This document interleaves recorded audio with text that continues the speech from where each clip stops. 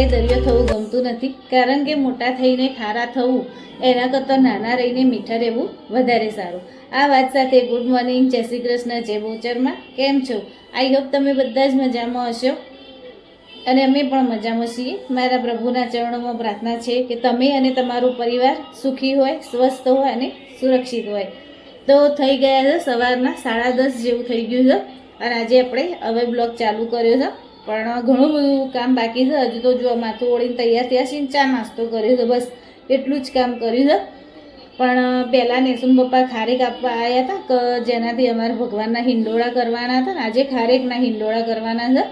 એટલે આજે ખારેકને બધું ધોઈને બધું નેન્સીને આપું ને એટલે એ હિંડોળા કરશે. તો સુધીમાં આજે કેવું છે, કપડાં મશીનમાં મારી નાખવાના. આજે મેં કીધું હું જાતે જ ધોઉં કપડાં, કારણ કે રોજ મશીનમાં ધોઈએ છીએ ને તો અમુક દિવસે પછી મને મારી યાદ આવી જાય મારા પોતાની, મારે તો જાતે ધોકા મારીને હું કપડાં ધોઉં ને એ જ વધારે સારા ધોઉં.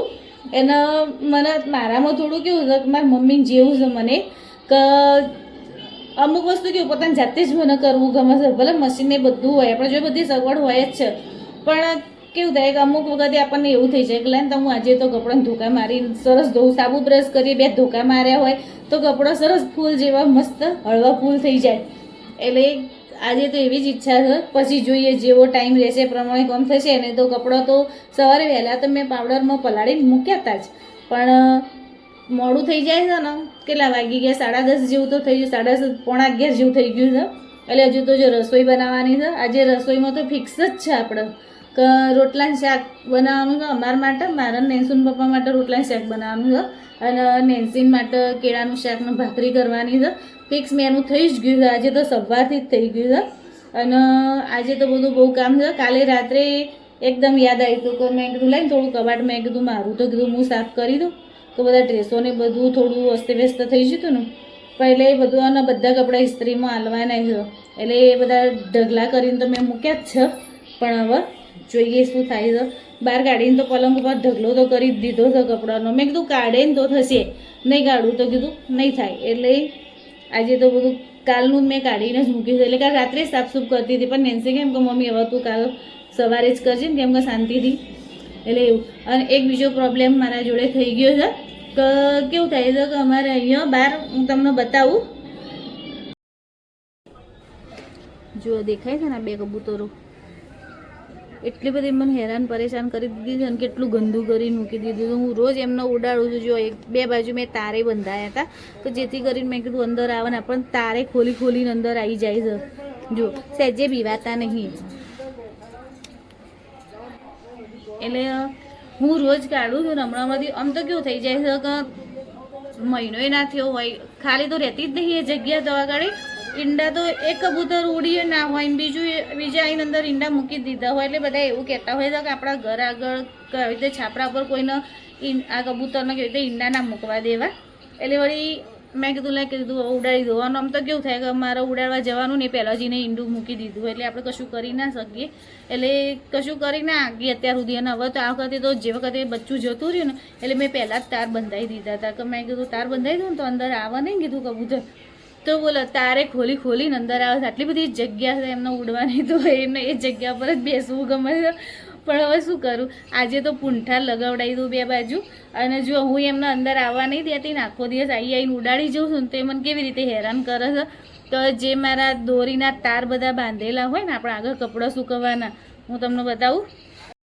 જે આપણા તાર બાંધેલા હોય ને કપડાં સૂકવવા માટેના, તો આપણો કપડો સૂકવેલો હોય ને એટલે કપડા ઉપર આવીને બેસી જાય અને પછી એના પર છી કરી જાય છે.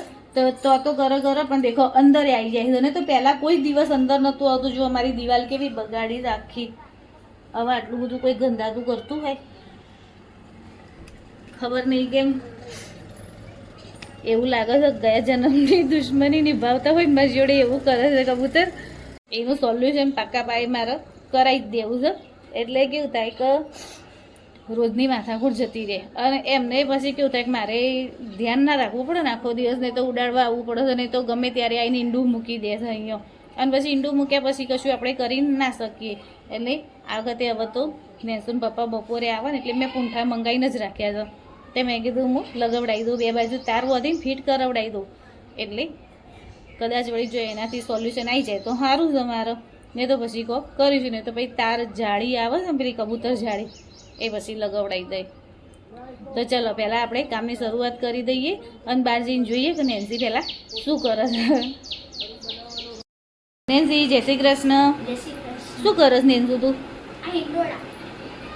તો જો આજે ખારેકના હિંડોળા બનાવવાના છે.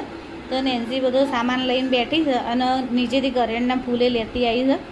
તે એ કરશે હવે. ખારેકને લાવ્યા તો હું ખારેકને એને ધોઈ નાખું ને એટલે પછી લગાવી દેશે. અમે કેટલા 4 કે 5 દિવસથી હિંડોળા કરીએ છીએ. બધા મારા વિડીયો મૂકેલા જ છે અંદર, નહીં ને શું આપણે બધા મૂકેલા છે ને અંદર? હા, મારા બધા વિડીયો એમાં મૂકેલા જ છે કે રોજે રોજ શેના હિંડોળા અમે બનાવીએ છીએ.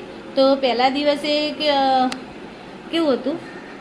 હા, પહેલા દિવસે અમે નહોતા કર્યા હિંડોળા, પણ બીજા દિવસથી મેરીગોલ્ડના જે ગોટા આવે છે ને એનાથી કર્યા હતા. નહીં, મેરીગોલ્ડના ગોટા ને ગુલાબના ફૂલથી અમે કર્યા હતા.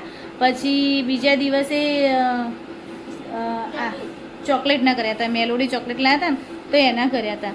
અને ગઈકાલે ત્રીજા દિવસે આસોપાલવના પાન ઉપર આવી રીતે રાધે રાધે લખેલું હતું. જો હું તમને બતાવું. જો રાધે રાધે લખીને આ બધું અત્યારે ઉતારી દીધું છે. પછી પાણીમાં પધરાવી દઈશું આપણે. જો આપણે માટલાને બધું વિસરીને પાણી ભરવા માટે મૂકી દીધું છે. સવારે એક વખત તો ભરી દીધું હતું, પણ પછી માટલું થોડી ખાલી દીધું એટલે પેલું આરો ભરાય પછી ચાલુ થાય ને મારે, એટલે એવું કર્યું હતું. જો આપણું માટલું સરસ વિસરી દીધું છે. દૂધ ગરમ થઈ ગયું છે આપણું. જો દૂધ ગરમ કરીને મૂકી દીધું છે. અને નેન્સી એના માટે સાબુદાણાના પાપડ આવે છે ને એને અત્યારે ચાલે છે પેલું ચતુર્માસ, એટલે એના માટે પાપડ તળ્યા હતા. જે સાબુદાણાના સફેદ કલરના પાપડ આવે ને એ તળ્યા હતા. અને જો આપણે ચોકડીમાં તો અખૂટ ભંડાર ભરેલા જ છે. પછી કપડાં ધોવાનો બાકી છે અને વાસણે ચાનો પડે છે. હવે હું ઘસી દઉં પહેલાં ફટાફટ, એ બધું કામ પતાવી દઉં પછી રસોઈ કરવાની. તો જો મેં તમને કીધું કે આજે હું મારા કપડાં બધા જાતે ધોએ. આજે જાતે ધોવાની ઈચ્છા હતી મને, પણ પેલી કહેવત છે ને કે ધારે ધણીનું થાય. હવે જે ધણી ગણો એ ઉપરવાળો ધણી ગણો કે નીચેવાળો ધણી. પછી રેઝમ પપ્પાનો ફોન આવે કે મારે બહાર જવાનું જ હતું, તું પહેલાં રસોઈ બનાવી દેજે. એટલે કપડો જો આપણો મશીનમાં નાખવા પડે. અને હવે શાક સમારી દઉં તુરિયાનું અને રોટલા કરી દઈએ. અમુક ટાઈમે કેવું થાય કે આપણે જે ધાર્યું હોય ને થતું જ નહીં, એટલે કશો વાંધો નહીં, મશીનમાં કપડો ધોવાઈ જશે. આપણે એવું તો નહીં કે ભાઈ કપડો પડે રહેશે, થઈ જશે. એના જાતે કપડે ધોવાઈ જશે અને આપણે એક બાજુ રસોઈએ થઈ જશે. અત્યારે સગવડ જ એટલી બધી થઈ ગઈ છે ને કે આપણે કશું કામ ઊભું રહે નહીં. એટલે તો હવે આપણે શાકબાક સમારી દઈએ. અને જો હું તમને બતાવું ને, મસ્ત હિંડોળા તૈયાર કરી દીધા છે ભગવાનના. અને થોડું અમને ટાઈમ એમાંય લાગ્યો કે 1-2 વિડીયો બનાવવા રહ્યા તો અમે ઊભી રીલો બનાવવા માટે, કે ઇન્સ્ટાગ્રામમાં અને યુટ્યુબમાં શોર્ટ્સમાં ચડાવવા માટે જોઈએ ને એટલા માટે. તો જો હું તમને મસ્ત બતાવું, અમારા કાના જેટલા સરસ લાગે છે ને. રૂમ ઝુમ હિંડોળો હાલે, રૂમ ઝુમ હિંડોળો હાલે, દ્વારિકાનો નાથ મારો હિંડોળે ઝૂલે, દ્વારિકાનો નાથ મારો હિંડોળે ઝૂલે. સોના રૂપાનો હિંડોળો રે બાંધ્યો, સોના રૂપાનો હિંડોળો રે બાંધ્યો, સોનાની સાંકળ્યું રૂડી રે શોભે, દ્વારિકાનો નાથ મારો હિંડોળે ઝૂલે. તો જો તુરિયું લઈ લીધું છે આપણે. તુરિયાનું શાક બનાવીશું. પહેલાં સમારી દઉં અને સરસ પહેલાં ચાખી લઉં. કડવું તો નહીં ને? કેવું થાય કે આપણે શાકબાક બધું બનાવી દઈએ પછી ખબર પડે કે તુરિયું કડવું છે તો શું કરવાનું, પછી બધું શાક બનાવેલું માથે પડે. એટલે મેં કીધું પહેલાં ચાખી લઉં તુરિયાને, પછી જ એને સમારું. એટલે આ થોડું ધ્યાન રાખવા જેવું છે કે કારેલું તો કડવું જ હોય, પણ દૂધી હોય, તુરિયા હોય, કાકડી હોય, એ બધું ચાખીને જ લેવું શાકવાળા જોડેથી. પણ આપણે કેવું હોય કે આપણે જઈએ ને લેવા માટે તો આપણે ચાખીને લઈએ, આપણને ધ્યાન રહે. બાકી આ તો કેવું અમારે નેસુન પપ્પા શાક ને બધું લાવી દે છે, એટલે એ પુરુષોને બહુ એટલું બધું ધ્યાન રહે નહીં. એટલે હવે હું થોડું પહેલાં ચાખી લઉં તુરિયાનો કે કડવું તો નહીં ને, પછી આપણે શાકભાજી બનાવીએ ને તો પછી ધાર્યું ધણીના જેવું થશે. બરાબર? તો હેડો હવે પહેલાં એક કામ ફટાફટ હું કરી દઉં. તો જો આપણે તુરિયું સમારી દીધું છે અને હવે એનો વઘાર કરવાનો છે. તો એના માટે કઢાઈ લઈ લીધી છે અને તેલ લઈ લીધું છે જરૂર પૂરતું. પણ થાય ને એટલે આપણે રઈને નાખીશું અંદર. આમાં રહી બહુ ના આવે, ખાલી આપણને ખબર પડી જો તેલ આવ્યું છે કે નહીં આવ્યું જોવા માટે જ આપણે તેલ અંદર રહી નાખવાની હોય. તેલ આવે એટલે આપણે રહી નાખી જોઈએ અંદર.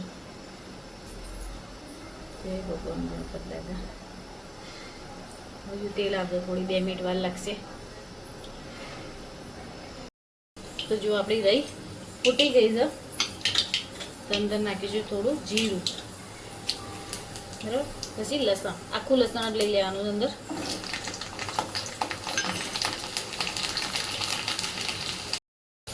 તો જો લસણ આપણું શેકાઈ ગયું છે મસ્ત. એટલે હવે નાખીશું અંદર હિંગ. પેલું પાણી જોજો ને મશીનનું. થોડી હળદર,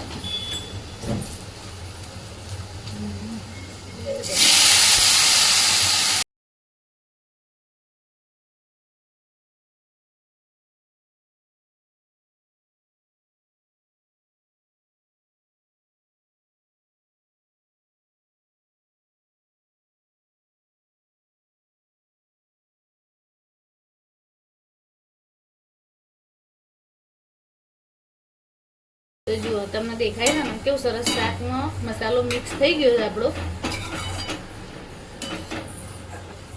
એમાં પાણી નાખવાનું નહીં આપણે, એકદમ જ ચડાવવાનું છે કારણ કે તુરિયામાંથી તો કે પાણી છૂટ જ. એટલે હવે ધીમા ગેસે એને ચડવા દઈશું આપણે.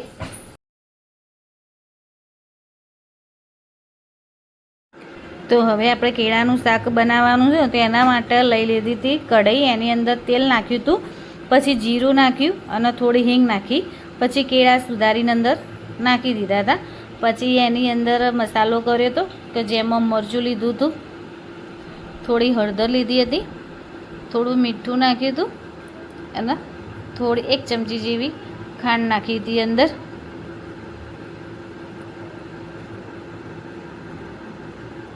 પછી છેલ્લે જ્યારે શાક તૈયાર થઈ ગયું ને એટલે એની ઉપર થોડું ધાણા જીરું ભભરાયું હતું 1 ચમચી જેવું, કે ધાણા જીરાથી કેળાની શાકમાં સરસ ટેસ્ટ આવે છે. તો જુઓ આપણું સરસ કેળાનું શાક તૈયાર થઈ ગયું છે મસ્ત. તો નેન્સુન પપ્પાને બંનેને કેળાનું શાક ભાવે છે ને એટલે પછી એમના માટે કેળાનું શાક થોડું બનાવ્યું હતું. તો જુઓ તમને કીધું હતું ને એવી રીતે જ મેં શાક બનાવી દીધું છે તુરિયાનું. મસ્ત જો દેખાય ને શાક મસાલેદાર તુરિયું શાકમાં ભાખરી છાશ. અને જુઓ નેન્સુન પપ્પાને મેં કીધું હતું એમને બહાર જવાનું છે એટલે એમને તો વહેલા ખાઈ લીધું હતું. હવે ખાઈને જાય છે અને હવે હું નેન્સી બે જમવા માટે બેસી ગયા છીએ. તો નેન્સુન થાળીમાં એને કેળાનું શાક બનાવ્યું હતું એના માટે, કે લસણવાળું ખાતી નહીં ને અત્યારે ચતુર્માસમાં, અને ભાખરી અને આ એના 56 ભોગ ખોલીને અંદરથી ખાવાના છે તે બપોરે ખાતી નહીં. તો અત્યારે આપણે બનાવવાના છે સાબુદાણા વડા. તો એના માટે જો લઈ લીધા છે સૌથી પહેલાં સાબુદાણા. પછી એમાં બટાકા બાફીને રાખેલા હતા ને એ લીધા છે. આદુ મરચાંની પેસ્ટ, કોથમીર લીધી છે.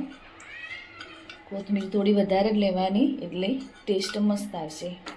પછી સિંગદાણાનો ભૂકો, પછી એમાં મીઠું લીધું છે, થોડા તલ લીધા છે,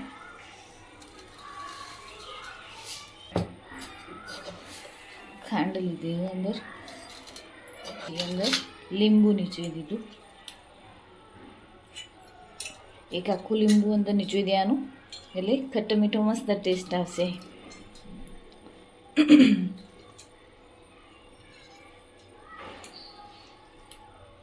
અને મિક્સ કરી દેવાનું.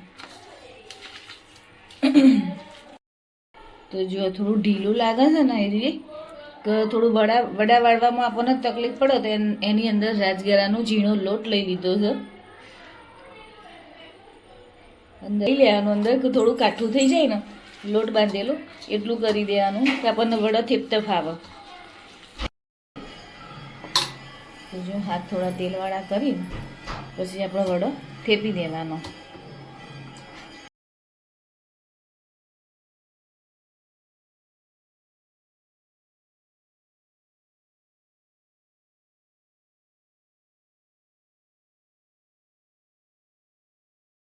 તો જો આપણો બધો વડો મસ્ત થેપાઈને તૈયાર થઈ ગયો છે. અને હવે તેલે આવી ગયું છે. તેલ ચેક કરી લેજે. આવી ગયું મસ્ત. ગેસ ધીમો કર્યો. હવે ધીમે ધીમે મૂકીને તળી જાય બને છે.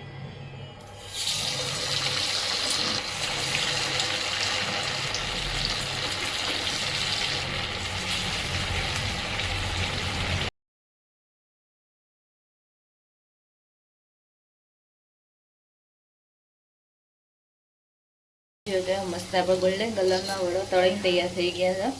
હવે 2 મિનિટને થવા દઈશું એટલે મસ્ત તળી જાય. સાબુદાણા પલટી જેલા છે અને બટાકા બાફેલા હતા એટલે એને ચડતો વાર થાય નહીં. આપણે આ વખતે થોડી પ્રગતિ કરી.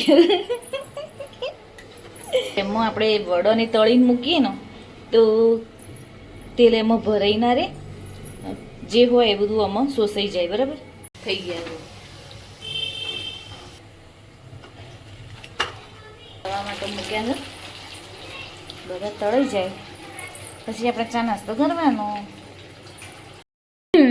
તો જુઓ અમે અહીંયા કપૂરદાનીમાં કપૂર મૂકી દીધું છે મસ્ત. એક કપૂર તો પૂરું થઈ ગયું, હજુ એક કપૂર બાકી છે. વડો મસ્ત તળીને તૈયાર થઈ ગયો છે. આ થોડો લાઇટ કલર આવ્યો છે અને આના જુઓ મસ્ત એકદમ ડાર્ક કલર આવ્યો છે. એટલા પોચા રૂ જેવા બન્યા. નહીં શું સારા બન્યા વડા? મસ્ત.